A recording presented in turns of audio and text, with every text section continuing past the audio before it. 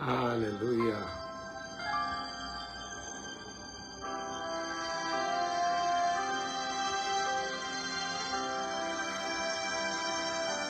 When I am down and oh my soul so weary, When troubles come, and my heart burns heavy.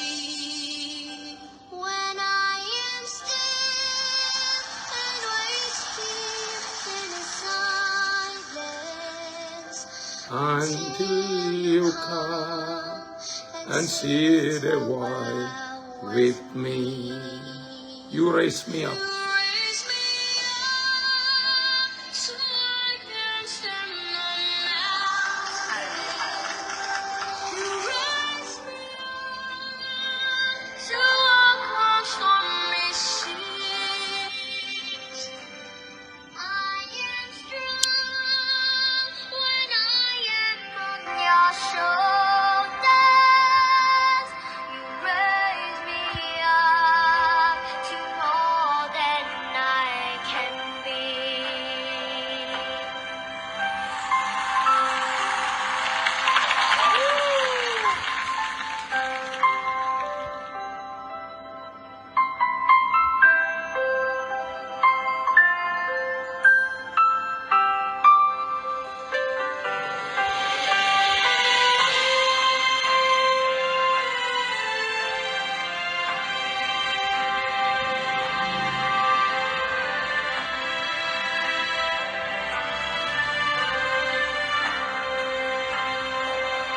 You raise me up so I can Stand stand on on mountains.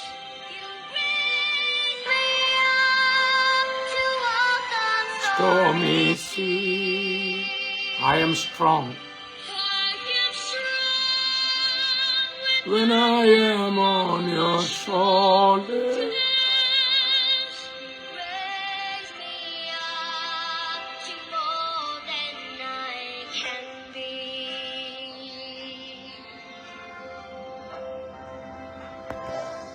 You raise me up so I can stand on Mountain.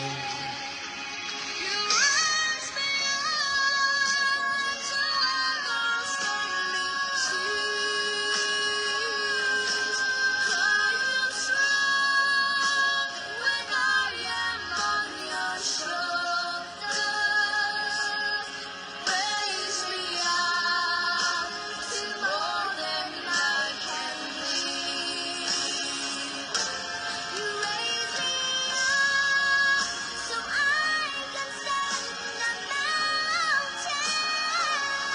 You raise me up to walk on stormy Stormy sea. seas.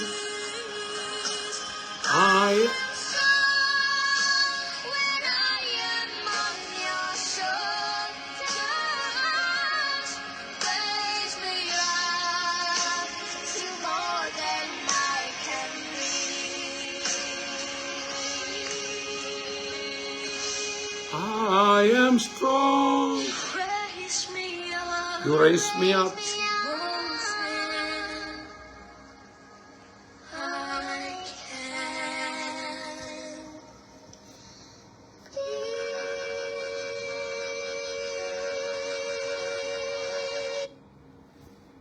ഈ പാട്ട് എനിക്ക് ഭയങ്കര ഇഷ്ടമുള്ളൊരു പാട്ടാണ്. രണ്ട് കൊച്ചു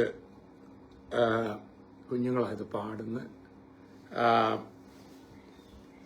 ഇപ്പം തന്നെ ഇത് 7 വർഷം ഇപ്പം ഇവർ കുറച്ചുകൂടെ ഒക്കെ ചിലപ്പോൾ യുവാക്കളായി. 7 വർഷം മുമ്പ് ഇതിറക്കി ഒറ്റ 10, 100, 1000, 1 ലക്ഷം, 10 ലക്ഷം, ഒറ്റ 10, 100, 1000, 1 ലക്ഷം, 2 കോടി 3 കോടിയോളം വ്യൂവേഴ്സ് ഈ പാട്ടിനായി. ഈ പാട്ട് വളരെ പ്രശസ്തമായൊരു ഗാനമാണ്. പാട്ട് You raise me up, you raise me up to more than I can. To you raise me up so I can stand on mountain. വലിയ പർവ്വതങ്ങളുടെ മേൽ നിൽക്കാൻ തക്കവണ്ണം നീ എന്നെ ഉയർത്തി. You raise me up so I can walk on waters. വെള്ളങ്ങളുടെ മേൽ നടക്കാൻ തക്കവണ്ണം നീ എന്നെ ഉയർത്തി. I am strong when I am on your shoulders. You raise me up to more than I can be. ഞാൻ നിന്റെ തോളിൽ ഇരിക്കുമ്പോഴാണ് ഞാൻ ഏറ്റവും ശക്തൻ. എന്റെ മൊത്തം കഴിവുകൊണ്ട് നോക്കിയാലും നടക്കാത്ത നിലയിൽ നീ എന്നെ ഉയർത്തിയേ പർവ്വതങ്ങൾക്കുമീതേ. ആ പാട്ട് മലയാളത്തിൽ ആരോ പരിഭാഷപ്പെടുത്തി മനോഹരമായി ഇത് ഞാൻ കേട്ടിട്ടുണ്ട്.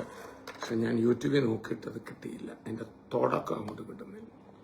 ഉയർത്തിയേ പർവ്വതങ്ങൾക്കുമീതേ ഉയർത്തിയേ.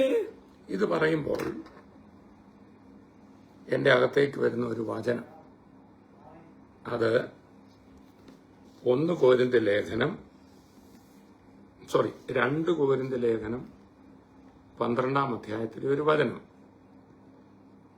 അത് വളരെ നിങ്ങൾ കേട്ടിട്ടുള്ളതായിരിക്കും. ഇന്ന് ഈ വചനം പറയുമ്പോൾ നമ്മുടെ ആത്മീയ വളർച്ചയുടെ വചനത്തോട്ട് നമ്മൾ കടക്കും. പക്ഷെ അതിനു മുമ്പ് ഒരു പ്രബോധനമായിട്ട് എനിക്ക് നിങ്ങൾക്കും ഒരു ബലത്തിനായിട്ട് ഈ വചനം ഒന്ന് വായിക്കാം.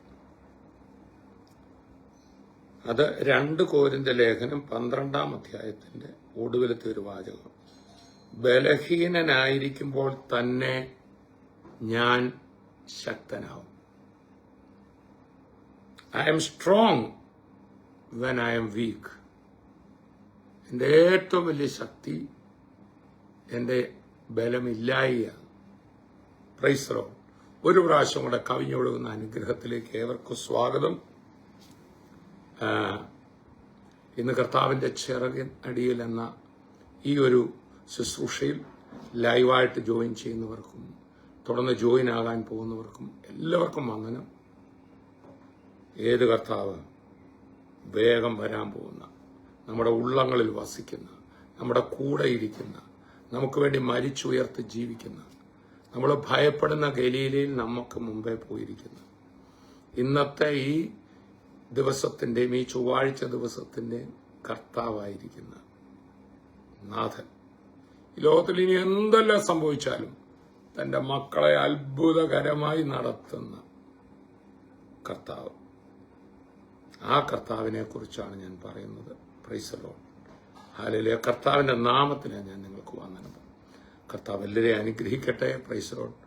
തങ്കുബ്രദറിന്റെ വന്ദനം, കൂടെ ഞങ്ങളുടെ കൂടെ ശുശ്രൂഷയിലായിരിക്കുന്ന ആയിരക്കണക്കിന് ദൈവദാസന്മാർ, ദൈവമക്കൾ എല്ലാവരുടെയും വന്ദനം ഈ സമയത്ത് അറിയിക്കുകയാണ്. ഇന്നലെ വൈകിട്ട് നമ്മുടെ ശുശ്രൂഷക മീറ്റിംഗ് തങ്കുബ്രദറിന്റെ നേതൃത്വത്തിൽ കോട്ടയത്ത് നടന്ന വലിയ അനുഗ്രഹമായിരുന്നു. ശുശ്രൂഷിച്ച് മുമ്പോട്ട് പോകാൻ പറ്റാതെ വലിയൊരു മഹത്വം ഇവിടെ ഇറങ്ങി. എല്ലാവരും ആത്മാവിൽ നിറഞ്ഞ് ആ ദൈവവചനത്താൽ ശക്തരായി തീരാൻ ഇടയായി തീർന്നു. അതേ തുടർന്ന് ഇന്നർ ചേംബറിൽ എനിക്ക് പെട്ടെന്ന് പോരേണ്ട ആവശ്യമുണ്ടായിരുന്നുകൊണ്ട് ഇന്നർ ചേംബർ തുടങ്ങിയിട്ട് പോരാനും ഇവിടെയാക്കി. സ്തോത്രം. ഇന്ന് നമുക്ക് കർത്താവിന്റെ വരവ് ഇന്നലെ രാത്രിയിലും നടന്നില്ല. എത്രയും വേഗം നടക്കും. അതിലേക്ക് നമ്മൾ പൊയ്ക്കൊണ്ടിരിക്കുമ്പോൾ നമുക്ക് ഈ മീറ്റിങ്ങുകൾ വലിയ അനുഗ്രഹമാണല്ലോ. സോ കർത്താവിന്റെ ചിറകടിയിൽ നമുക്ക് ഒന്നിച്ച് ആയിരിക്കാം. കൊരിന്ത്യർക്ക് എഴുതിയ 2 ലേഖനത്തിന്റെ 12 അധ്യായത്തിന്റെ 10 വാക്യത്തിന്റെ 2 കോരിന്ത്യർ 12:10 ലാസ്റ്റ് വാചകമാണ്. ബലഹീനനായിരിക്കുമ്പോൾ തന്നെ ഞാൻ ശക്തനാണ്. അതാണ് ഈ പാട്ടിനകത്തെ ഒരു വാക്ക്. I am strong when I am on your shoulder. എന്നെ കൊണ്ട് നടക്കുന്നില്ല കാര്യങ്ങൾ. ഞാൻ മടുത്തു, ഞാൻ തീർന്നു, ഞാൻ നോക്കിയിട്ടൊന്നും നടക്കുന്നില്ല എന്റെ കഴിവൊക്കെ നോക്കി അസാധ്യമായി തളർന്നുപോയി എന്ന നിലയിൽ, എന്റെ സാമ്പത്തിക സ്ഥിതി കൊണ്ടും കാര്യം നടക്കുന്നില്ല എന്ന നിലയിൽ ആരെങ്കിലും കേൾക്കുന്നെങ്കിൽ, നമ്മുടെ പ്രയത്നങ്ങൾ തീരുന്നിടത്താണ് കർത്താവിന്റെ പ്രയത്നം തുടങ്ങുന്നത്. ഈ പാട്ട് ഒരു സെക്കുലർ സോങ് ആണെന്നും കേട്ടിട്ടുണ്ട്. എന്താണേലും ദൈവവചനവുമായിട്ട് വളരെ ഒത്തുപോകുന്ന ഒരു ഗാനം. ഒത്തിരി സഭകളും ദൈവമക്കളും ദൈവദാസന്മാരും ഒക്കെ ഈ പാട്ട് പാടാറുണ്ട്. ഈ പാട്ടിനകത്ത് ഒരു നടക്കാൻ പ്രായമായി വരുന്ന ഒരു കുഞ്ഞ്, ആ കുഞ്ഞ് എന്റെ അകത്തോട്ട് വരുന്ന കേട്ടോ. ഈ നമുക്ക് കാണാമല്ലോ, ഒരു വയസ്സ് 1.5 വയസ്സൊക്കെ ആകുമ്പോൾ കുഞ്ഞുങ്ങൾ നടക്കാൻ തുടങ്ങുമ്പം അവരെ പിടിച്ചാലും നിൽക്കത്തില്ല, അവർ നടപ്പോട് നടപ്പാ. ചിലപ്പോൾ നമ്മൾ അവരെയും കൊണ്ട് എവിടെയെങ്കിലുമൊക്കെ പോവുകയാണെങ്കിൽ അവർ നമ്മുടെ കൈ വിട്ടിട്ടോടും. നമ്മളൊക്കെ ഇതൊക്കെ ചെയ്തവരാ. പപ്പ അമ്മയൊക്കെ പറയും, ഇല്ലില്ല ഞാൻ തന്നെ നടന്നോളാം എന്ന് പറഞ്ഞ് ഭയങ്കര നടപ്പാ. പക്ഷേ കുറച്ചങ്ങോട്ട് ചെന്നു, വലിയൊരു മല കയറേണ്ടി വന്നു. എന്ത് ചെയ്യാനാ? മലയുടെ പകുതി ആയപ്പം കൊച്ചിന്റെ ബലമെല്ലാം തീർന്നു. ഈ ബാലകൻ അല്ലെങ്കിൽ ഈ ശിശു ക്ഷീണിച്ചു, തളർന്നു. അന്നേരം അതുവരെ ഭയങ്കര ബലം. ഇതുപോലൊക്കെ നമ്മളും ഇടയ്ക്ക് ഓടുവേ. തളർന്നിരിക്കുമ്പം ഈ അപ്പനെ കാണുമ്പോൾ അല്ലെ അമ്മയെ കാണുമ്പോൾ കൈ ഇങ്ങനെ പൊക്കി നിൽക്കും. എന്നെ എടുത്തോ, എന്നെ എടുത്തോ. ഉടനെ ഈ അപ്പൻ ഈ കുഞ്ഞിനെ എടുത്ത് തോളയിലോട്ട് ഇരുത്തിയിട്ട് അപ്പം വലിയൊരു പർവ്വതം നിൽക്കുക. പർവ്വതം ഇങ്ങനെ ചവിട്ടി ചവിട്ടി ചവിട്ടി കയറുമ്പോൾ കുഞ്ഞ് പാടുക, I am strong when I am on your shoulder. ഞാൻ നിന്റെ തോളിലിരിക്കുമ്പോഴാണ് എനിക്ക് ഏറ്റവും ശക്തി. പൗലോസ് ശ്ലീഹായും തന്റെ ജീവിതത്തിൽ താൻ ഏറ്റവും ശക്തി അനുഭവിച്ചത് പറയാണ്, ഞാൻ ബലഹീനനായപ്പോഴാണ് ഞാൻ ഏറ്റവും ശക്തനായത്. 2 കൊരിന്ത്യർ ലേഖനത്തിന്റെ 11-ാം അധ്യായത്തിൽ തുടങ്ങുന്നതാണ് ഈ ബലഹീനത എന്ന പദപ്രയോഗം. അത് സുവിശേഷ വേലയിൽ തന്നെ ഒത്തിരി പീഡനം ഇതുപോലെ നമ്മൾ ഇന്നലെ രക്തസാക്ഷികളുടെ രക്തം വിത്തായി തീരുമെന്നുള്ളതായിരുന്നല്ലോ.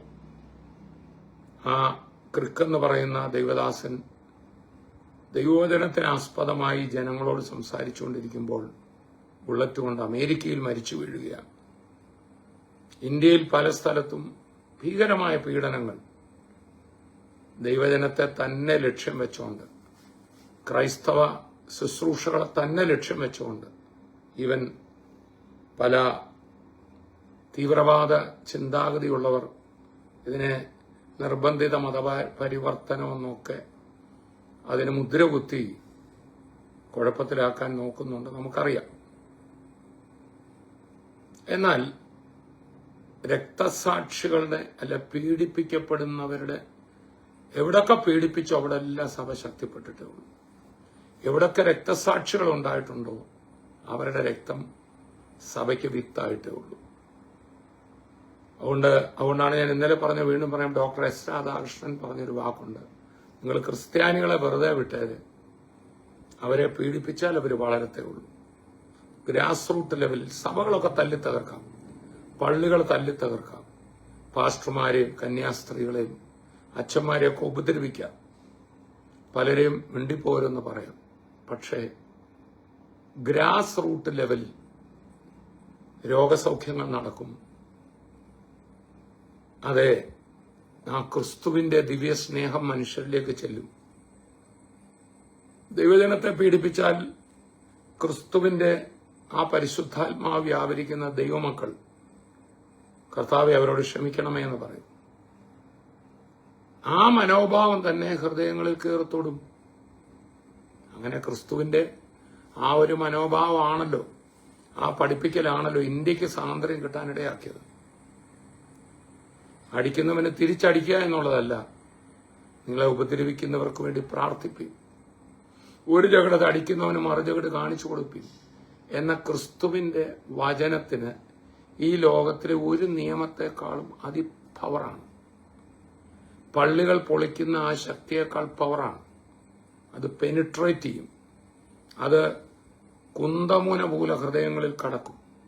ഈ പൗലൂസ് ലീഗ തന്നെ സഭയെ പീഡിപ്പിച്ചുകൊണ്ടിരുന്നപ്പോൾ ഞാൻ മനസ്സിലാക്കുന്ന ഒരു കാര്യം, സ്തെഫാനോസിനെ ഈ മനുഷ്യനും കൂടെ ഈ പൗലൂസും കൂടെ കൂടിയാ കൊല്ലുന്നത്. കല്ലെറിഞ്ഞു കൊല്ലുവാൻ സമ്മതം കൊടുത്ത് അവിടെ നിൽക്കുമ്പോൾ ആ സ്തെഫാനോസ് മരിക്കുന്ന സമയത്ത് പൗലൂസിന് വേണ്ടിയും കൂടെ ആയിരിക്കും കൂട്ടിയാ പ്രാർത്ഥിച്ചത്. കർത്താവേ, എന്നെ ഈ കല്ലെറിയുന്നവരുടെ പാപം അവർക്ക് നിർത്തരുത്. നമുക്കും പ്രാർത്ഥിക്കാം. ആ ക്രിക്കിനെ കൊന്നവർക്കു വേണ്ടി ക്രിക്കിന്റെ ജീവിത പങ്കാളി പ്രാർത്ഥിക്കുക. നമുക്കും ആ കൂടെ പ്രാർത്ഥിക്കാം. അവർക്ക് സുബോധമില്ലല്ലോ. നമ്മുടെ കുഷ്ഠരോഗികളുടെ ഇടയിൽ പ്രവർത്തിച്ച ആ ഒറീസയിൽ ഭാരതത്തിന് മേൽ നിന്ന കളങ്കം ഇതുവരെയും മാറിയിട്ടില്ല. ഒറീസയിൽ കുഷ്ഠരോഗികളെ ചികിത്സിക്കാൻ വേണ്ടി ഓസ്ട്രേലിയയിലെ സുഖസൗകര്യങ്ങളൊക്കെ വിട്ട് ഇവിടുത്തെ സാധാരണ മനുഷ്യരുടെയിൽ വന്ന് പാർത്ത് ദൈവം കൊടുത്ത ഈ ഇവിടുത്തെ ജനത്തെ വിടുവിക്കാനുള്ള ദൈവത്തിന്റെ ആഗ്രഹം അവരുടെ ഹൃദയത്തിൽ വന്നു. അവര് വന്ന് ജീവിതം വെച്ച് ഗ്രഹാം സ്റ്റെയിൻസും തന്റെ ജീവിത പങ്കാളിയും ആ 2 ആൺകുഞ്ഞുങ്ങളും നമ്മുടെ നാട്ടിനെ സേവിക്കാൻ വന്നപ്പോൾ നമ്മുടെ നാട്ടുകാരവർക്ക് കൊടുത്തത്, ഇവിടുത്തെ തീവ്ര ചിന്താഗതി ഉള്ള മതം അവർക്ക് കൊടുത്തത്, അവരെ ഒരു ജീപ്പിലിട്ട് ജീവനോടെ കത്തിച്ചു. പക്ഷെ ഗ്രഹാം സ്റ്റെയിൻസിന്റെ ഭാര്യ അതിലും വലിയ അഗ്നി കത്തിച്ചിട്ടാ പോയത്, ഈ നാട്ടിൽ നിന്ന് പോയത്. എന്റെ ഭർത്താവിനെ, എന്റെ മക്കളെ കൊന്നപ്പോൾ എനിക്കിനി ആരുമില്ല, ഭർത്താവുമില്ല, 2 ആൺമക്കളുമില്ല. പക്ഷെ അവരോട് ഞാൻ ക്ഷമിക്കുന്നു. അവരെയും ദൈവം സ്നേഹിക്കുന്നു. അപ്പോ അവര് ചികിത്സിച്ച കുഷ്ഠരോഗത്തെക്കാൾ കാലുമെല്ലാം വ്രണം പിടിച്ച് വ്രണതമായിരുന്ന ശരീരത്തെക്കാൾ അതിഭീകര കുഷ്ഠം ബാധിച്ച ഹൃദയങ്ങൾ, വെറുപ്പിന്റെ, വിദ്വേഷത്തിന്റെ, പകയുടെ, അനാചാരത്തിന്റെ, അന്ധവിശ്വാസത്തിന്റെ കുഷ്ഠം ബാധിച്ച ഹൃദയങ്ങളെ കൂടെ ചികിത്സിക്കുന്ന ദൈവസ്നേഹത്തിന്റെ കുഷ്ഠരോഗ പരിഹാരമല്ലേ ആ മകൾ. ഈ അടുത്തിടെയല്ലേ നമ്മൾ കേട്ടത്, അന്ന് അവരെ ജീപ്പിലിട്ട് കത്തിക്കാൻ കൂടെ നിന്ന ഒരാൾ ഇന്നൊരു ദൈവപൈതലായി മാറി, സുവിശേഷം പറയുന്ന ആളായി മാറി. ആളുകളിൽ നമ്മുടെ സോഷ്യൽ മീഡിയയിലെല്ലാം ഉണ്ടായിരുന്നല്ലോ. മധുരപ്രതികാരം. സഭയെ പീഡിപ്പിക്കാൻ യഹൂദന്മാര് സഭയെ പീഡിപ്പിക്കാൻ കൈനീട്ടി. യഹൂദ പുരോഹിതന്മാർ അതിന് പറ്റിയൊരു ചട്ടുകത്തയും കൈക്കെട്ടി നല്ല ചെറുപ്പക്കാരനായ മതതീവ്രവാദം തലയ്ക്ക് പിടിച്ച ശൗല് പൗലൂസിനെ എന്റെ കയ്യിലൊരു എഴുത്തെഴുതി കൊടുത്തു. നമ്മുടെ ബ്രാഞ്ച് പള്ളികളിലൊക്കെ ചെന്ന് അവിടെയുള്ളവരാരെങ്കിലും യേശുവിനെ വിശ്വസിച്ചു പോയിട്ടുണ്ട്, എല്ലാത്തിനെയും പിടിച്ചു കെട്ടി യെരുശലേമിൽ കൊണ്ടുവരിക. സ്തെഫാനോസിനെ കൊന്നേച്ചാ പോകുന്നത്. പക്ഷെ സ്തെഫാനോസിന്റെ ഒരു പ്രാർത്ഥന ചാട്ടുളി പോലെ ഈ മനുഷ്യന്റെ ഹൃദയത്തിൽ കയറി കാണും. കർത്താവേ, അവരുടെ പാപം അവർക്ക് നിർത്തരുതേ. അതുകൊണ്ട് ക്രിസ്തീയ മാർഗത്തെ നമ്മൾ കാണുന്ന ക്രിസ്തീയതയുടെ പുറമേ കാണുന്ന പള്ളികൾ, ആതുരാലയങ്ങൾ, അല്ലെങ്കിൽ സ്കൂളുകൾ, കോളേജുകൾ, അവിടെ ഒക്കെ പലതും കാണിക്കാൻ പറ്റും. പക്ഷേ ക്രിസ്തീയതയുടെ ഏറ്റവും ശ്രേഷ്ഠമായി കാണുന്ന കെട്ടിടങ്ങളോ പള്ളികളോ അല്ല. ഒരു വലിയ ദൈവിക വെളിപ്പാടാണ്. ആശയം എന്ന വാക്കും തെറ്റാണ്. ദൈവസ്നേഹത്തിന്റെ വെളിപ്പെടുത്തൽ, ഇങ്ങോട്ട് ഉപദ്രവിക്കുന്നവനെ കൂടെ പ്രാർത്ഥിക്കുന്ന, അനുഗ്രഹിക്കുന്ന ആ മാർഗം, അതിനെ ആർക്കും തച്ചുടയ്ക്കാനൊക്കത്തില്ല. അത് ഇന്ത്യയിൽ വേരൂന്നിപ്പോയി. വടക്കേ ഇന്ത്യയിലൊക്കെ ഉള്ള ദളിതരായിട്ടുള്ള ആൾക്കാരെ ക്രിസ്തീയ സ്നേഹം ചേർത്ത് പിടിച്ചപ്പോൾ ആ യഹൂദന്മാരുടെ ഇടയിൽ ജാതികൾ, ശമര്യക്കാരെന്നൊക്കെ പറഞ്ഞ് മാറ്റി നിർത്തിയവരെയും കൂടെ യേശു പോയി കൈ ചേർത്ത് പിടിച്ചപ്പോൾ, ആലയത്തിലോ സമൂഹത്തിലോ കയറാൻ അനുവാദമില്ലാത്ത കുഷ്ഠരോഗികളെ തൊട്ടപ്പോൾ, അവരെ മാറോടണച്ചപ്പോൾ, ഇവിടുത്തെ വംശവെറികളുടെ അടിത്തറ പൊളിയുകയാണ്. ഇവിടുത്തെ വർണ്ണവിവേചനത്തിന്റെ അടിത്തറ പൊളിയുകയാണ്. അതിഭീകരമായ അന്ധവിശ്വാസങ്ങൾ നിറഞ്ഞ നാടായിരുന്നു നമ്മുടെ. ഭർത്താവിന്റെ ചിതയിൽ ഭാര്യ ചാടി ചത്തോണം. അതുപോലെ 5, 8, 10 ഒക്കെ വയസ്സുള്ള കൊച്ചു കുഞ്ഞുങ്ങളെ 10, 40 വയസ്സുള്ള വാർദ്ധക്യത്തിന്റെ പഠിക്കാൻ നിൽക്കുന്നവരൊക്കെ 40, 50കാരൊക്കെ കല്യാണം കഴിക്കുന്ന പോലത്തെ ഭീകരമായ വല്ലാത്ത ആചാരങ്ങളും അനുഷ്ഠാനങ്ങളും ഒക്കെ നിലനിന്ന ഒരു നാട്ടിൽ ക്രിസ്തീയത കൊണ്ടാണ് ഇന്ന് കാണുന്ന ലോകം എല്ലായിടത്തും, ആഫ്രിക്ക, ഇന്ത്യ, ലോകത്തിൽ എവിടെ വേണമെങ്കിലും നിങ്ങൾ പോകും, ഇന്ന് കാണുന്ന വെളിച്ചം. ഹൃദയങ്ങളൊക്കെ കുഷ്ഠരോഗം ബാധിച്ചു കിടക്കുകയായിരുന്നു. യേശുക്രിസ്തുവിന് മാത്രമേ പുറത്തെ കുഷ്ഠത്തെയും അകത്തെ കുഷ്ഠത്തെയും തൊട്ട് സൗഖ്യമാക്കാൻ. അങ്ങനെ ഇതിനെയൊക്കെ തച്ചുടയ്ക്കാൻ ശ്രമിക്കുന്നത് എന്തുകൊണ്ടാ? ഈ സ്തഫാനോസും യേശുവും ക്രൂശിൽ വെച്ച് തന്നെ ആണിയടിക്കുന്നവർക്ക് വേണ്ടി പ്രാർത്ഥിക്കുക. ഇവരുടെ പാപം ഇവർക്ക് നിർത്തരുതേ എന്ന് പ്രാർത്ഥിക്കാൻ കാര്യമാണ്. കർത്താവിനറിയാം, സ്തഫാനോസിനറിയാം, ഇവരല്ല, ഇവരുടെ ഒരു ദുഷ്ടശക്തി, പിശാച് കയറി ഇത് ചെയ്യുന്നു. ആ പൗലൂസ് പിന്നീട് ഒരു അധികാരപത്രവുമായി വന്നയാള്, ഇന്നലെ ഞാൻ ഓർപ്പിച്ചല്ലോ, കൂടെ ഞാൻ ഓർപ്പിക്കും, പിന്നെയും ഓർപ്പിക്കും. ഈ പുസ്തകത്തിലെ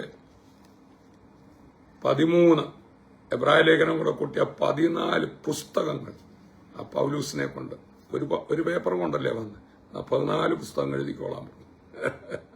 മധുരപ്രതികാരം. ഇന്ത്യയിൽ സുവിശേഷകരെ കൊന്നാൽ തലയ്ക്ക് വിലയിട്ടവരും നിർബന്ധിത മതപരിവർത്തന നിയമം, നിരോധന നിയമം വേണമെന്ന്, അത് യേശു അതിനെതിരാണ്, അപ്പോസ്തലന്മാർ അതിനെതിരാണെന്ന് ഇന്നലെ വചനത്തിൽ ഞാൻ പറഞ്ഞല്ലോ. പക്ഷേ ക്രിസ്തുവിനെ സ്വീകരിക്കുന്ന പ്രശ്നം, മനുഷ്യർ അടിമത്വത്തിൽ നിന്ന് മാറുന്നതാണ് പ്രശ്നം. കീഴാളന്മാരായി കടന്നവരൊക്കെ വിദ്യാഭ്യാസം നേടി, സ്ത്രീകൾക്കൊക്കെ സമൂഹത്തിൽ സ്ഥാനം കിട്ടി, അടിമ സമ്പ്രദായമൊക്കെ മാറിയില്ല. അതാ പ്രശ്നം അതാണ്. പ്രശ്നം മതം മാറ്റം എന്നൊക്കെ ചുമ്മാ പറയുന്ന ജനങ്ങളെല്ലാം സംസ്കാര സമ്പന്നരാകുന്നു, വിദ്യാഭ്യാസം നേടുന്നു, ഗ്രാസ് റൂട്ട് ലെവലിൽ വലിയ വിപ്ലവകരമായ ദൈവപ്രവൃത്തി, അതിന്റെ പേരാണ് ഉണർവ്. ഇതിനെ തച്ചുടയ്ക്കാൻ ആരെ കൊണ്ടും സാധ്യമല്ല. അപ്പൊ അങ്ങനെ പൗലൂസ് ലീഗ ഈ സഭകളെ പീഡിപ്പിച്ച ആള് കർത്താവിലായി കഴിഞ്ഞപ്പോൾ താനായിരുന്നു ഏറ്റവും അധികം പീഡനം അനുഭവിച്ചത്. അതാണ് 2 കൊരിന്ത്യർ 11 യേശു തന്നെ പറഞ്ഞല്ലോ, എന്റെ നാമം നിമിത്തം മനുഷ്യർ നിങ്ങളെ ദൂഷിക്കും, നിന്ദിക്കും, നിങ്ങളുടെ പേര് വിടക്കെന്ന് തള്ളും. അങ്ങനെ നിങ്ങൾക്ക് പീഡനം കിട്ടുമ്പോൾ സന്തോഷിച്ച് തുള്ളാൻ പറഞ്ഞിരിക്കുക. സന്തോഷിപ്പീന്ന് പലയിടത്തും പറഞ്ഞിട്ടുണ്ടെങ്കിൽ സന്തോഷിച്ച് തുള്ളാൻ പറഞ്ഞത് എന്റെ നാമം നിമിത്തം നിങ്ങൾ ദ്രോഹിക്കപ്പെടുകയും തെറ്റിദ്ധരിക്കപ്പെടുകയും ഒക്കെ ചെയ്യും. ഇന്നെ കേൾക്കുന്ന ദൈവദാസന്മാർ, ഇന്നെ കേൾക്കുന്ന ദൈവമക്കൾ, ഇതൊക്കെ കണ്ട് പതറരുത്, സന്തോഷിക്കേണ്ട സമയമാണ്. അതാണ് 1-ാം നൂറ്റാണ്ടിൽ പത്രോസിനെയും യോഹന്നാനെയും ഒക്കെ ഒരു രോഗിയെ സൗഖ്യമാക്കിയതാ. പിച്ച തണ്ടി ദേവാലയത്തിന് മുമ്പിൽ ഇരുന്നവൻ, അവനെ ആലയത്തിൽ കയറ്റുകയല്ല അവരുടെ നിയമം അനുസരിച്ച്. എന്നാൽ പത്രോസും യോഹന്നാനും പോയി യേശുവിന്റെ നാമത്തിൽ നടക്ക എന്ന് പറഞ്ഞപ്പോൾ തുള്ളിച്ചാടി എഴുന്നേറ്റ് നടന്നു. ഈ ദിവസങ്ങളിൽ വലിയ ഹീലിംഗ്സ്, മിറക്കിൾസ്. ഇന്നലെ ശുശ്രൂഷ മീറ്റിംഗിൽ തങ്കുബ്രദറും അത് തന്നെ പറയാറ്. നമ്മൾ ഇന്നുവരെ കണ്ടിട്ടില്ലാത്ത മിറക്കിൾസ്. ഇല്ലാത്ത കൈ വളർന്നു വന്നാലോ എല്ലാവർക്കും എതിർക്കാൻ പറ്റും. ഇല്ലാത്തതിനെ ഉള്ളതിനെ പോലെ വിളിച്ചു വരുന്നു. നമ്മുടെ ബുദ്ധിക്ക് അംഗീകരിക്കാൻ കഴിയാത്ത അതിശ്രേഷ്ഠമായ മിറക്കിൾസ് ഈ നാളുകളിൽ നടക്കും. ഈ ആഴ്ച ഒടുവിൽ ശനിയാഴ്ച നമ്മുടെ പത്തനംതിട്ട ലിജോ ഓഡിറ്റോറിയത്തിൽ, കുമ്പള ലിജോ ഓഡിറ്റോറിയത്തിൽ TV and social media meeting ഉണ്ട്.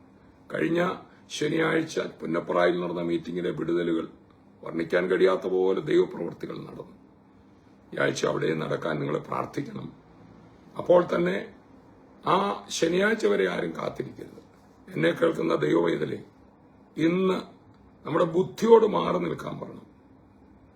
ബുദ്ധി ഒന്ന് ഓഫായി കിട്ടട്ടെ എന്ന് ഇന്നലെ തങ്കു ബ്രദർ പറയുന്നു. നമ്മുടെ ബുദ്ധി ഓഫായിട്ട് സ്പിരിച്വലി നമ്മുടെ ആത്മാവ് ദൈവിക സന്ദേശങ്ങൾ ഉൾക്കൊള്ളണം.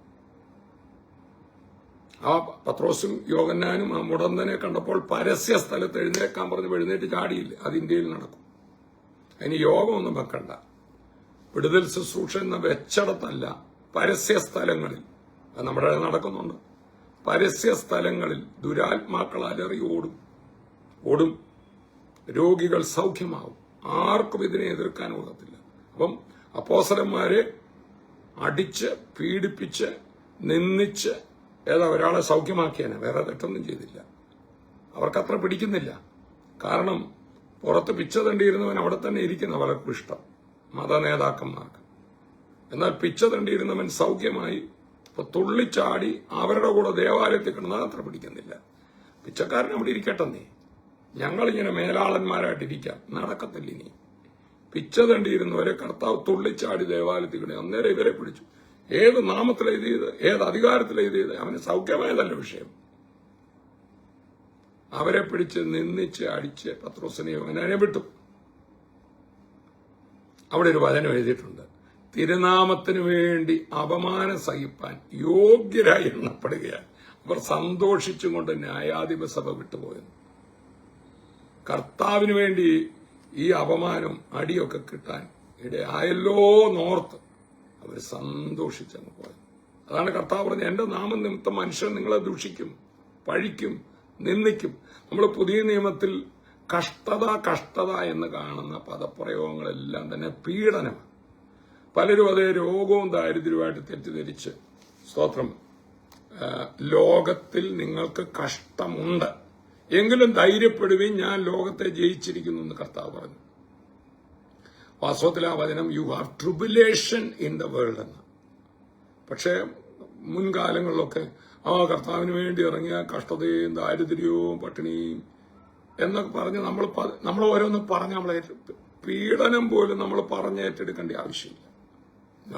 പക്ഷെ പീഡനം നടക്കുന്നതുകൊണ്ട് ഞാൻ ആശ്വാസമൊക്കെ പറഞ്ഞു. ഒന്നും അത് എനിക്ക് കഷ്ടവും പീഡനവും വെച്ചിരിക്കുകയാണ് എന്ന് പറഞ്ഞ് ഏറ്റെടുക്കണ്ട. പീഡനം ഉണ്ടാകട്ടെ എന്നും പറയണ്ട.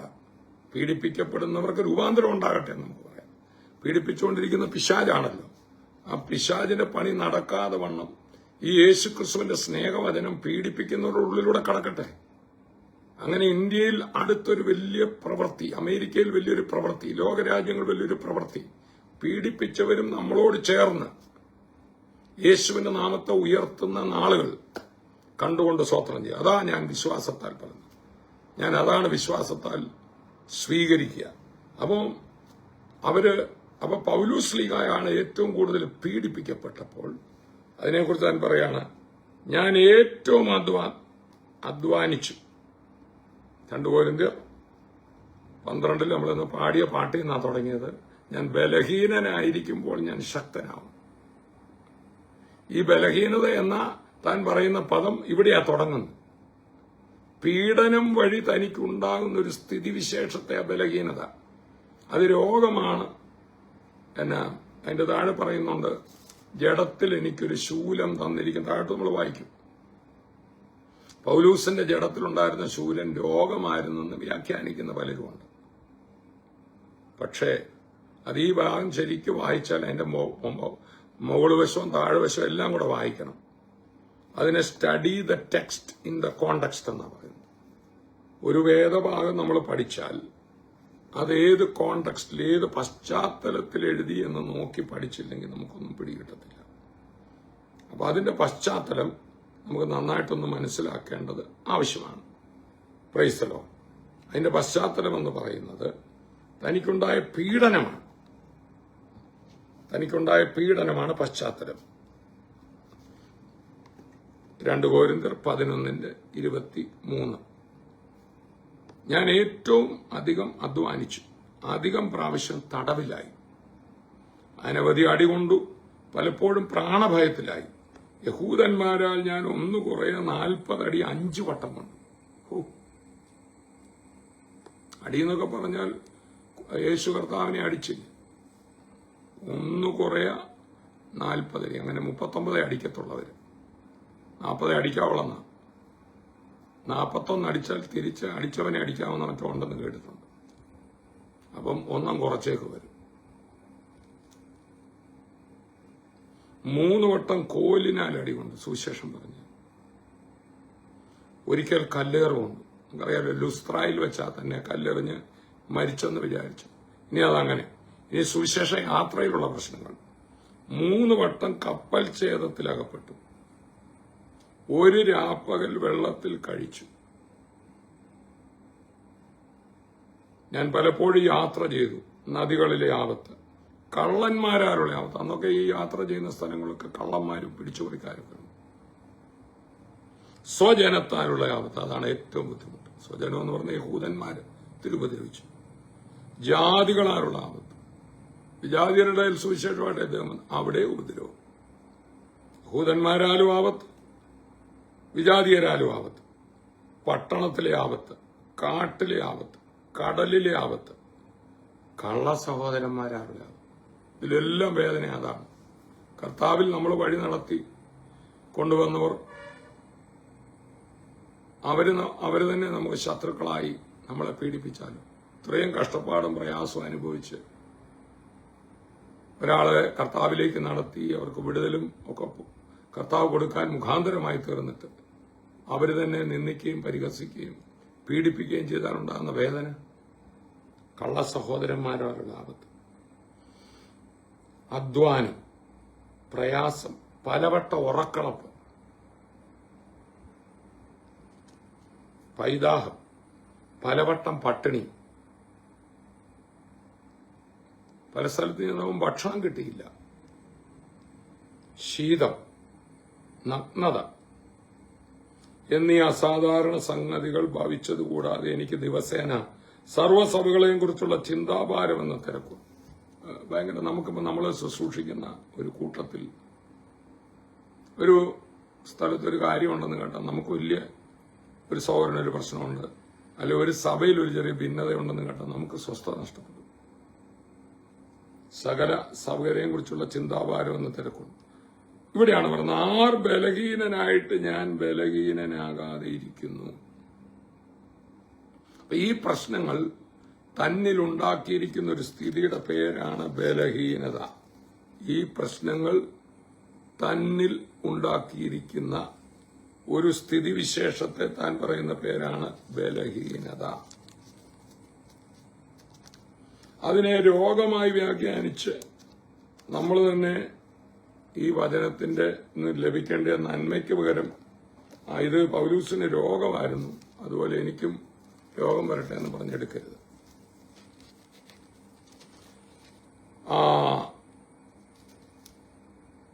ആർ ബലഹീനായിട്ട് ഞാൻ ബലഹീനാകാതിരിക്കുന്നു, ആർ ഇടറിപ്പോട്ട് ഞാൻ അടരാതിരിക്കുന്നു. പ്രശംസിക്കണമെങ്കിൽ എന്റെ ബലഹീനത സംബന്ധിച്ച് ഞാൻ പ്രശംസിക്കും. ഇവിടുന്നാണ് താൻ അടുത്ത അധ്യായത്തിൽ വരുമ്പോൾ ഞാൻ ബലഹീനനായിരിക്കുമ്പോൾ തന്നെ ഞാൻ ശക്തനാന്ന് പറയുന്നത്. അതെന്താ? അതിലേക്കാണ് നമ്മൾ വരുന്നത്.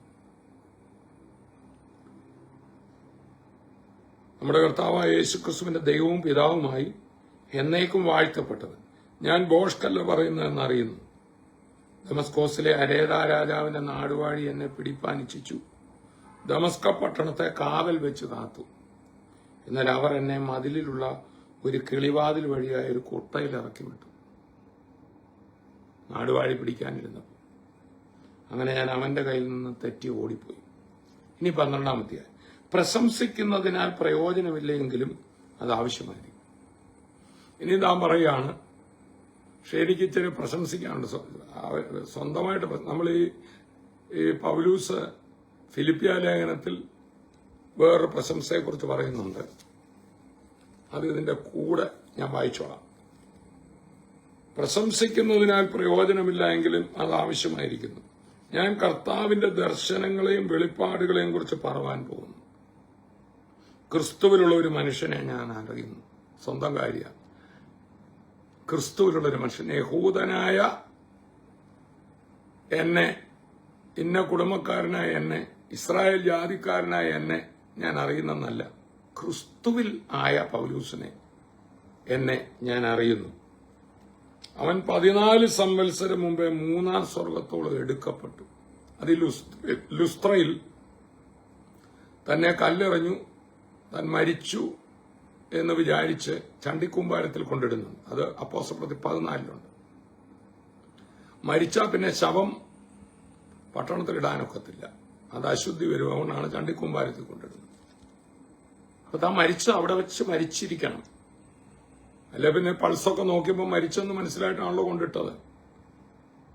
തന്റെ ആത്മാവ് അവിടെ വെച്ച് പോയി.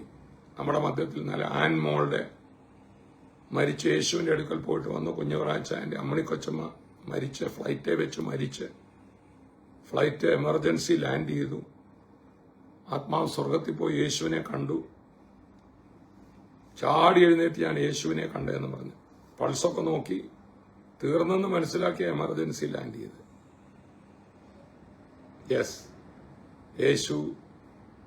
അതുപോലെ ഈ പൗലൂസും അവിടെ വെച്ച് പൾസൊക്കെ പോയിരിക്കണം. താന് തന്റെ ആത്മാവ് സ്വർഗത്തിൽ ചെന്ന്, നമ്മുടെ റിയൽ മനുഷ്യൻ എന്ന് പറഞ്ഞ നമ്മുടെ ആത്മാവ്. അതുകൊണ്ടാണ് നമ്മുടെ ശരീരത്തെ, നിങ്ങളുടെ ദേഹത്തെ ഉപദ്രവിക്കാനോ നശിപ്പിക്കാനോ പറ്റുന്നവരെ പേടിക്കരുത് യേശു പറയുക. നിങ്ങളുടെ ആത്മാവിനെ, നിങ്ങളുടെ ദേഹിയെ, നിങ്ങളുടെ യഥാർത്ഥ നിങ്ങളുടെ ഉള്ളിലെ മനുഷ്യനെ, ആ വ്യക്തിയെ നരകത്തിൽ നശിപ്പിക്കാൻ അധികാരമുള്ളവനെ പേടിച്ചാൽ മതി. ആരെയും പേടിക്കരുത്. പീഡിപ്പിക്കുന്നവർ, ഭീഷണിപ്പെടുത്തുന്നവർ, അത് കാണിച്ചുകളെ ഇത് കാണിച്ചുകളെ എന്നും പറയുന്നവരെ ഒന്നും പേടിക്കരുത്. എന്നാൽ നമ്മളെ നരകത്തിലിടാൻ ശക്തിയുള്ള ഒരുവനെ ഉള്ളൂ. ലോകത്തിൽ ആര് നോക്കിയാലും പറ്റുകയില്ല. സ്വർഗത്തിൽ കൊണ്ടുപോകാനും ശക്തിയുള്ളവൻ, നരകത്തിലിടാനും ശക്തിയുള്ളവൻ അത് സർവശക്തനായ ദൈവമാണ്. ആ ദൈവമാണ് യേശു ക്രിസ്തുവിലൂടെ വെളിപ്പെട്ടത്. ഇന്ന് നീ എന്റെ കൂടെ പർദീസയിലിരിക്കുമെന്ന് പറഞ്ഞ കുരിശിൽ കിടക്കുന്ന കള്ളനെ സ്വർഗവാതിൽ തുറന്നുകൊടുത്ത്, പർദീസയുടെ വാതിൽ തുറന്നുകൊടുത്ത് താൻ ഉയർത്തപ്പോൾ തന്റെ കൂടെ ദിവ്യസ്വർഗത്തിലേക്ക് കൊണ്ടുപോയവൻ. ഹല്ലേലൂയ. അവരെ പേടിച്ച്, ആ കർത്താവിനെ മാത്രം പേടിച്ചാൽ മതി. ഹല്ലേലൂയ. അപ്പം ഈ പൗലൂസ് ലുസ്ത്രയിലെ കല്ലേറിൽ വെച്ചായിരിക്കും. അതാണ് നമ്മൾ വായിക്കുന്നല്ലോ, അതിന്റെ മുകളിൽ താന് കല്ലേറ് കൊണ്ടു എന്ന് പറയുന്നുണ്ടല്ലോ. ഒരിക്കൽ കല്ലേറ് കൊണ്ടു. ഇതിനു മുമ്പിലത്തെ നമ്മൾ വായിച്ച 2 കൊരിന്ത്യർ 11:25 ആ കല്ലേറ് ലുസ്ത്രയിൽ അവിടെ വെച്ചായിരിക്കണം മരിച്ചത്. പിന്നീട് നമ്മൾ വായിക്കുന്നു, സഹോദരന്മാർ ചുറ്റി നിൽക്കയിൽ പൗലൂസ് ചാടി എഴുന്നേറ്റെന്ന് അപ്പോസ്തലപ്രവൃത്തി 14 സഹോദരന്മാർ ചുറ്റി നിന്ന് ആത്മാവിലും കൊണ്ട് സ്തോത്രം ചെയ്ത് ഈ ഡെഡ് ബോഡിയുടെ ചുറ്റും പൗലോസ് ശ്ലീഹായുടെ അന്ന് പുള്ളി ചാടി എഴുന്നേറ്റ്.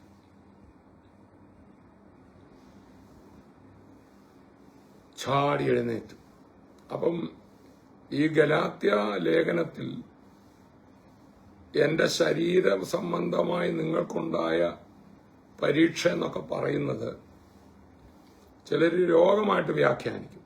എന്നാൽ ഈ ഗലാത്യ സഭകൾ എന്ന് പറയുന്ന ലുസ്ത്ര, ദർബ, ഇക്കോന്യ, തന്റെ 1ാം മിഷണറി യാത്രയിൽ പൗലൂസ് യാത്ര ചെയ്ത അപ്പോസ്തലപ്രവൃത്തി 13-ാം അധ്യായത്തിലാണ് മിഷണറി യാത്ര തുടങ്ങുന്നത്. 13-14 അധ്യായത്തിൽ വരും. 14-ലാണല്ലോ ലുസ്ത്രയിൽ വെച്ച് കല്ലേറ് കൊള്ളുക. അപ്പം ആ ലുസ്ത്രയിലെ കല്ലേറിൽ പൗലൂസിന്റെ ചുറ്റും അവർ നിന്നു. ഇവിടുത്തെ സഹോദരങ്ങള് പൗലൂസിനെ ഒത്തിരി ഹെൽപ്പ് ചെയ്തു. അതുകൊണ്ടാണ് എന്റെ ശരീര സംബന്ധമായി നിൽക്കുണ്ടായ പരീക്ഷ എന്ന് പറയുമ്പോൾ പൗലൂസിന് ആകെ രോഗമായിരുന്നു എന്ന് വ്യാഖ്യാനിക്കുന്നവരുണ്ട്. ഇതെല്ലാം കൂടെ ചേർത്ത് പഠിക്കുമ്പോൾ ലുസ്ത്രയിലെ കല്ലേറിനെ തുടർന്ന് തന്നെ ശുശ്രൂഷിച്ചൊരു എന്നെ ദൈവത്തെ പോലെ നിങ്ങൾ കരുതിയെന്ന് ഗലാത്യ ലേഖനത്തിൽ പറയുന്നുണ്ട്. അവിടുത്തെ സഹോദരന്മാർ ചുറ്റി നിന്നല്ല അന്യഭാഷ പ്രാർത്ഥിച്ചു കാണും. ആത്മാവ് വന്നു. ഈ ദിവസങ്ങളിൽ അല്പ സരസരീതി ഞാൻ പറയും, ഈ സൈസ് സഹോദരന്മാരെ വട്ടത്തിൽ നിർത്താവുള്ളൂ. നിർത്തിയാൽ നമ്മൾ ഡിമ്മടിച്ചിരിക്കുകയാണെങ്കിൽ അവരുടെ വാക്ക് ജില്ല നമ്മുടെ മുകളിൽ വരും. ഞങ്ങള് ദൈവദാസന്മാരൊക്കെ മിക്കവാറും സംസാരിക്കുമ്പോൾ അങ്ങോട്ടും ഇങ്ങോട്ടും ബലപ്പെടുത്തുന്ന കാര്യങ്ങളെ പറയുള്ളൂ. ചില പ്രശ്നങ്ങളൊക്കെ പറഞ്ഞാലും എന്നാ ഒന്നും പേടിക്കൊന്നും വേണ്ട, നമ്മുടെ കർത്താവല്ലേ ഉള്ളത്. ഞാനും തങ്കബ്രദറും കൂടെ എപ്പോഴൊക്കെ ഞങ്ങള് ഫോണിൽ സംസാരിച്ചാലും ഞങ്ങള് ദൈവവചനം പറയും, കർത്താവ് നടത്തിയ വഴികൾ പറയും, പുതുതായിട്ട് കിട്ടിയ വെളിപ്പാടുകൾ അങ്ങോട്ടും ഇങ്ങോട്ടും പറയും. ഞങ്ങൾ സംസാരിച്ച് കഴിയുമ്പോൾ ഞങ്ങൾ രണ്ടുപേരും ബലപ്പെടും. അതുപോലെ നമ്മുടെ ഡയസിസ് പാസ്റ്റേഴ്സ്, ചില വിശ്വാസികൾ, ഞാനും എൻ്റെ ജീവിത പങ്കാളി നീനയുമായിട്ട് നമുക്കെല്ലാം എന്തെല്ലാം പ്രതിസന്ധികളുണ്ട്. പക്ഷേ നീന വിശ്വാസത്തിന്റെ വാക്കേ പറയുള്ളൂ. ഞങ്ങൾ അങ്ങോട്ട് ഇങ്ങോട്ട് വിശ്വാസത്തിന്റെ വാക്കേ പറയുള്ളൂ. ഇന്ന് രാവിലെ ഞങ്ങൾ ഒന്നിച്ച് പ്രാർത്ഥിച്ച് 10 വചനമൊക്കെ ഏറ്റു പറഞ്ഞു കഴിഞ്ഞപ്പം ജില്ലായി. ഈ രാവിലെ എഴുന്നേൽക്കുമ്പോൾ ചിലപ്പം രാവിലെ ആ മനുഷ്യർക്ക് ഏറ്റവും ടെൻഷൻ വരുന്നതെന്നില്ല. ഇന്നത്തെ ആ കാര്യമുണ്ടല്ലോ, ഈ കാര്യമുണ്ടല്ലോ. സ്തോത്രം. എന്നാൽ 2 വചനമൊക്കെ ഒന്ന് ഏറ്റു പറഞ്ഞ്, കർത്താവ് എനിക്ക് തുണ, ഞാൻ പേടിക്കയില്ല, ഇത് കർത്താവ് ഉണ്ടാക്കിയ ദിവസം, ഇന്ന് ഞാൻ സന്തോഷിച്ച് ആനന്ദിക്കുമെന്നൊക്കെ ഒന്ന് പറഞ്ഞ് തുള്ളിച്ചാടുമെന്ന് പറഞ്ഞ് ബലത്തോടെ വെളി വരും. അപ്പം പൗലൂസിന്റെ ചുറ്റും വിശ്വാസം പറയുന്ന, ആത്മാവിൽ ആരാധിക്കുന്ന സഹോദരന്മാർ നിന്നാട്ടെ ഞാൻ കാണും. പുള്ളി ചാടി എഴുന്നേറ്റു. അതുകൊണ്ട് ഞാൻ തമാശന് പറയും, ചിലരോട് വർത്താനം പറഞ്ഞാൽ നല്ല ജില്ലെന്ന് നിൽക്കുന്നവർക്കൂടെ പോയി മരിച്ചേക്കാമെന്ന് തോന്നും. പക്ഷെ ചിലരോട് ചിലർ വന്ന് വർത്താനം പറഞ്ഞാൽ കെട്ടി തൂങ്ങി ചാകാൻ തൂങ്ങിയവൻ പറഞ്ഞാൽ ഞാൻ ചാകുന്നില്ലെന്ന് കയർ പൊട്ടിച്ചിറങ്ങി വരും. ഈ നെഗറ്റീവ് ആശാന്മാരെ നമ്മുടെ ചുറ്റും നിർത്തരുത്. എന്ത് കണ്ടാലും പ്രശ്നം, കുഴപ്പമാകാൻ പോവാ, നമ്മൾ തന്നെ ഡിമ്മായി പോകും. അതിനുവരെ ഏത് പ്രശ്നം കണ്ടാലും സംഭവം ഇങ്ങനെയൊക്കെ ആണെങ്കിലും എല്ലാം അടിപൊളിയാവും, കർത്താവ് കൂടെയുണ്ട്. അതുകൊണ്ടാണ് ഈ പൗലൂസിനെ അപ്പോസ്തലപ്രവൃത്തി 28 നമ്മൾ കാണുന്നു. തന്നെ ഈ മാൾട്ടാ ദ്വീപിൽ വെച്ച് പാമ്പ് കടിച്ചു.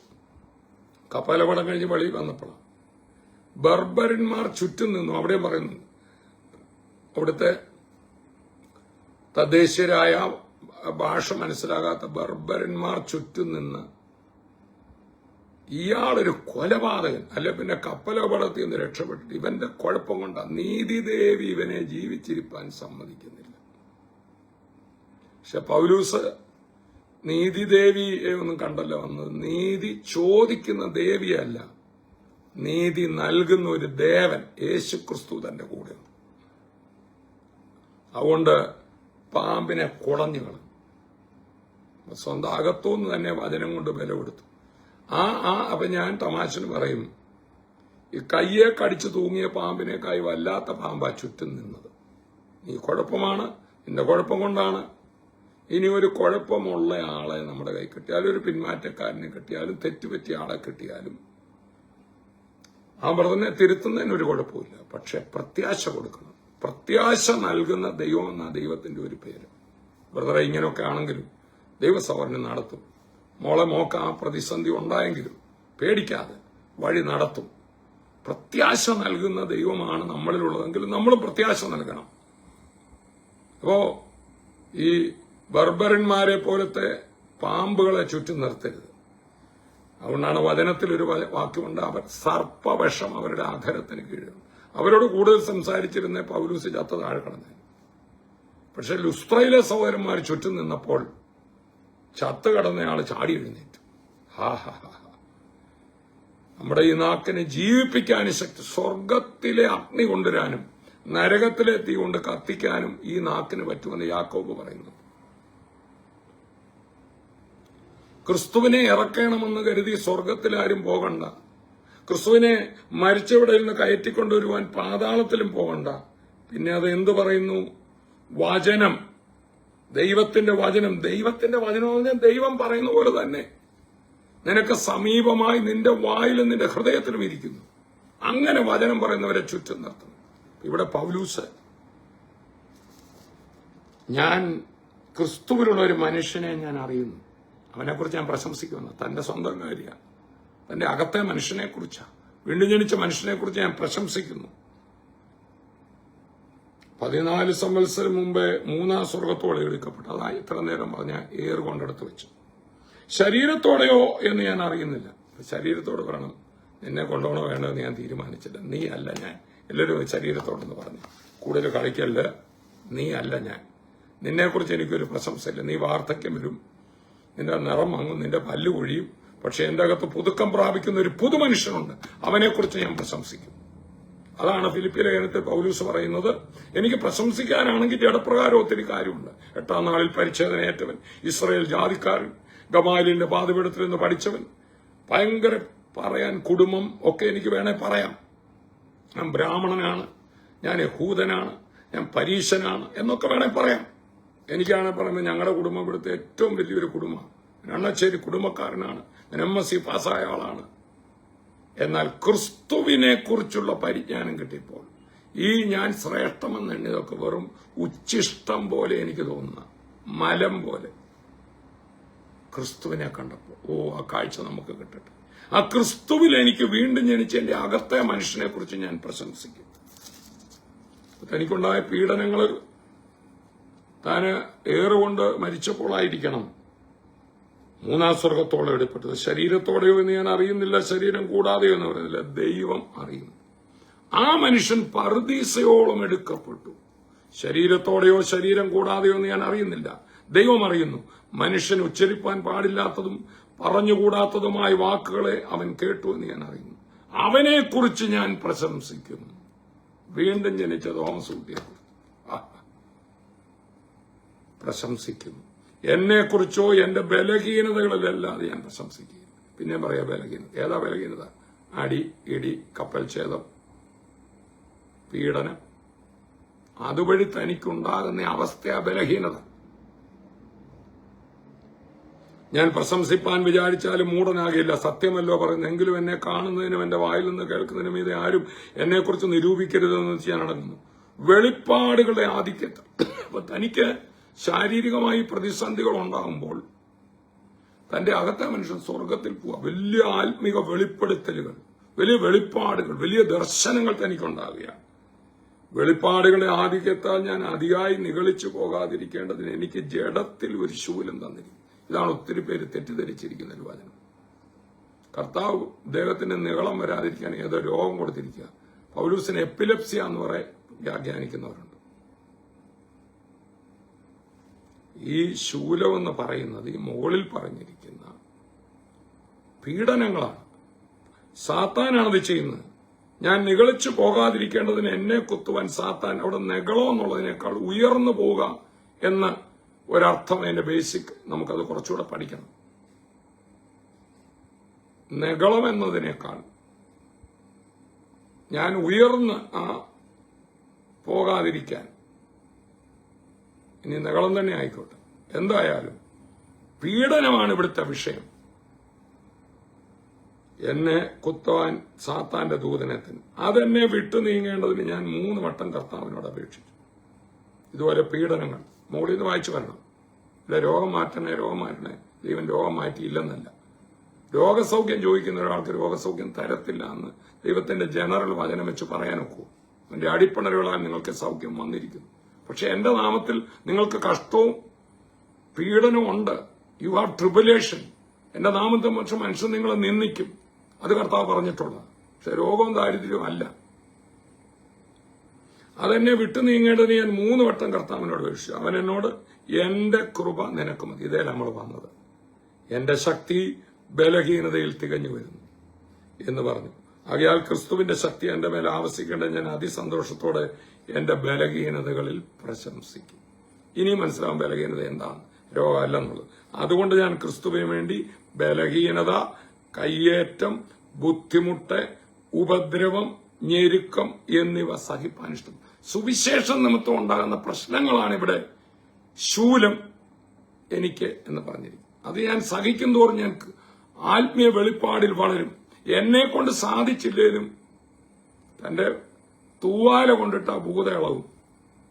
എന്നെ കൊണ്ട് പറ്റുന്നില്ല എല്ലായിടത്തും ചെല്ലാൻ. നിഴല് തട്ടുമ്പോൾ രോഗി സൗഖ്യമാകുകയും. ഒന്ന് ഓർത്തു നോക്കി. താൻ യാത്ര ചെയ്യുന്ന ഒരു കപ്പലിൽ തന്റെ കൂടെ വേറെ 275 പേരുണ്ടെങ്കിൽ അവരെല്ലാം കർത്താവിലായിത്തീരും. പ്രതിസന്ധിയാണ് ഉണ്ടായത്. തന്റെ പ്രതിസന്ധികൾ പോലും അനേകരുടെ രക്ഷയ്ക്കായിട്ട് മാറുകയാണ്.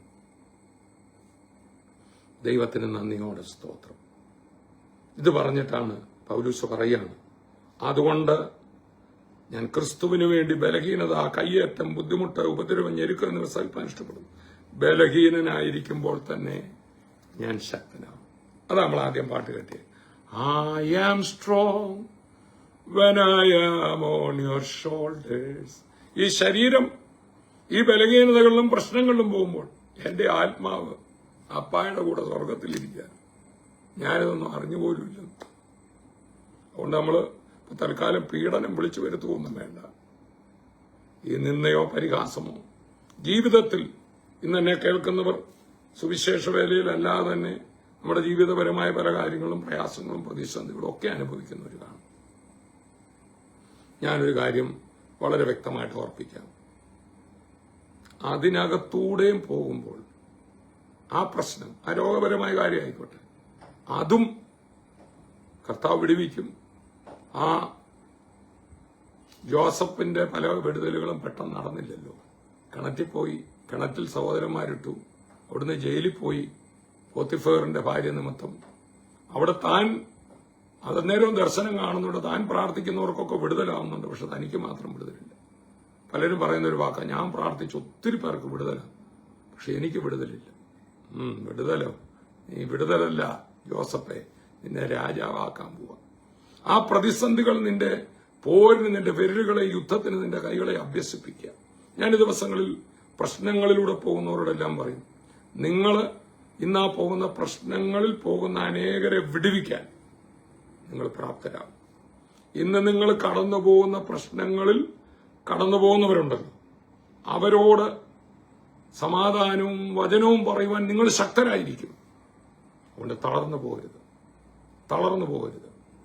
ബലഹീനനായിരിക്കുമ്പോൾ തന്നെ ഞാൻ ശക്തനാണ്. I am strong when I am on your shoulders. നമുക്ക് ആ കുഞ്ഞുങ്ങളുടെ കൂടെ ഒന്ന് പാടാം.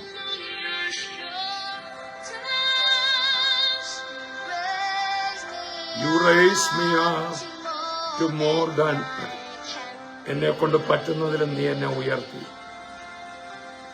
You raise me up.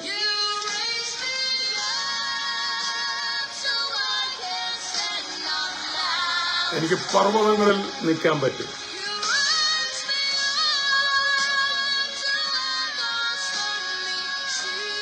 തിരമാലയുള്ള കടലിന്റെ മുകളിൽ കൂടെ എനിക്ക് നടക്കാൻ പറ്റും.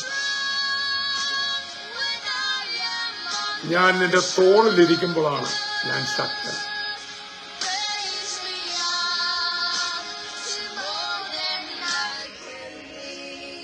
നടന്നു തുടങ്ങിയ 2 വയസ്സുള്ള കുഞ്ഞ്, അതിന്റെ കാല് ബലഹീനമായത് അതിന് പ്രയോജനമായി. നടക്കാൻ പറ്റുന്നില്ല. അപ്പനെടുത്ത് തോളിലിരുത്തി. ഇനി എനിക്ക് പർവ്വതങ്ങളിൽ കയറാൻ പറ്റും. ഭാരപ്പെടുന്ന ദൈവപൈതല്, എന്നെ കൊണ്ട് പറ്റുന്നില്ല, മടുത്തു ഇല്ല. അവിടെ നിന്ന് പറഞ്ഞ ഈ വചനം 2 കൊരിന്ത്യർ 12:10, ബലഹീനനായിരിക്കുമ്പോൾ ഞാൻ ശക്തനാണ്. ബലഹീനതയാണ് എന്റെ ശക്തി. എന്റെ പ്രതിസന്ധികളിലാണ് എന്റെ കർത്താവിന്റെ കരത്തിന്റെ ശക്തി ഞാൻ അറിയും. നിന്നെ കേൾക്കുന്ന ദൈവമക്കളെ, നമ്മുടെ കർത്താവിടുത്തെ തോളിലിരുത്തിയിരിക്കുന്നവരൊന്ന് കണ്ടേ, ആ തോളിലൊന്ന് കയറിയിരുന്നേ. ഞാനൊന്നിരിക്കട്ടെ, യേശുപ്പായുടെ തോള് എന്നെ ഇങ്ങനെ പിടിച്ചു നമ്മളെ നടത്തി ഉയരങ്ങളിലേക്ക് കൊണ്ടുപോകും. കർത്താവെ പ്രാർത്ഥിക്കുന്നു. ഇന്ന് ഈ വചനം കേട്ടുകൊണ്ടിരിക്കുന്ന എല്ലാ മക്കൾക്കു വേണ്ടി അടിയൻ പ്രാർത്ഥിക്കുക. പല പ്രതിസന്ധികളിൽ, പല പ്രശ്നങ്ങളിൽ ഒക്കെ കേൾക്കുന്ന ദൈവമക്കളെ കർത്താവെ അവിടുന്ന് നന്നായിട്ട് അറിയുന്നല്ലോ. എന്റെ അപ്പ, അവരുടെ എല്ലാ പ്രശ്നങ്ങൾക്കും എന്റെ കർത്താവ് വലിയ വിടുതൽ പകരണമേ. ഇനി ഞാൻ എന്ത് ചെയ്യും കർത്താവ്? ഈ പ്രശ്നം എന്നെ തകർക്കുന്ന നിലയിലാണല്ലോ എന്നുള്ള നിലയിൽ പോലും ഇരിക്കുന്ന മക്കൾ ഇന്ന് കേൾക്കുന്നു. എന്റെ കർത്താവിന്റെ വലിയൊരു വിടുതൽ ആ മക്കളുടെ മേൽ കർത്താവ് പകരുമോറാണെന്ന് പ്രാർത്ഥിക്കും. യേശു ക്രിസ്തുവിന്റെ നാമത്തിൽ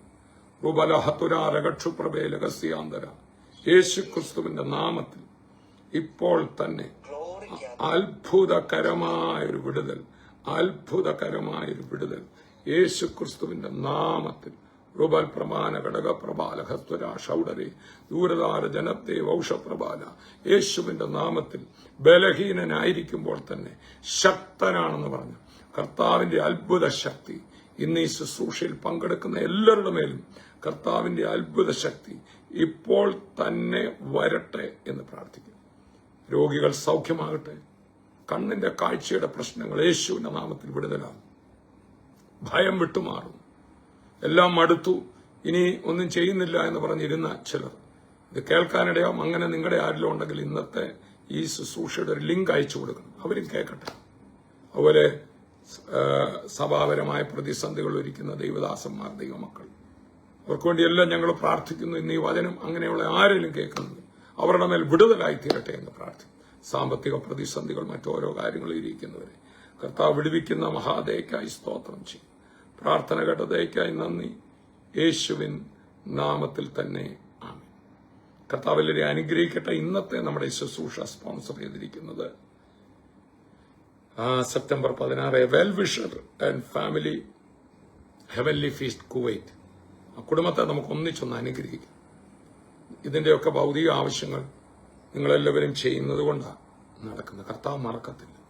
ദൈവവേലയ്ക്ക് വേണ്ടി കൊടുത്തത് കർത്താവ് മറക്കത്തില്ല. കർത്താവെ ഞങ്ങൾ ചേർന്ന് പ്രാർത്ഥിക്കുന്നു.